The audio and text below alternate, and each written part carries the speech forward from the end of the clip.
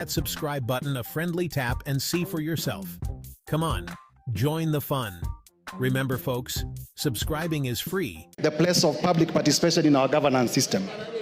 Having said that, Mr. Speaker, and having had a cursory look at the decision of the Supreme Court, I realize that the Supreme Court did lay grounds, factors, and the test that is to be relied upon in terms of initiating public participation for legislative work and for decisions on policy matters, in terms of how those decisions are going to be processed through the legislative system, but also importantly, the test upon which courts of law are going to use to determine whether public participation indeed has been applied satisfactorily, both qualitatively and quantitatively.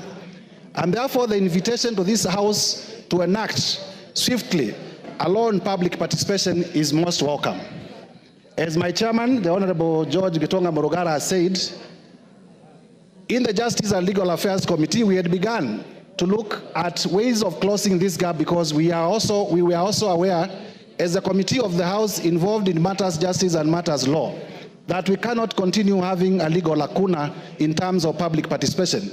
Because, as members have aptly put it, a lot of legislation, very good for the country, has been shot down because of misunderstandings. Just different judges reading from different scripts as to what is the place of public participation.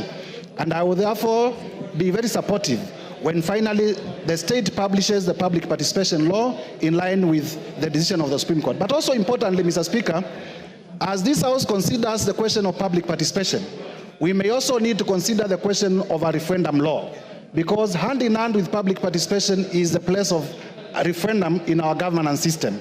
And therefore, we'll be also urging the majority leader to also liaise with government, so that even as we enact a law on public participation, we also enact a law on referendum, so that the country is adequately resourced legally to deal with these two issues. I thank you, Mr. Speaker, for the opportunity to contribute, and I want to assure the House that having successfully impeached a Deputy President, I am not going to impeach any other person soon, because we cannot go lower than that.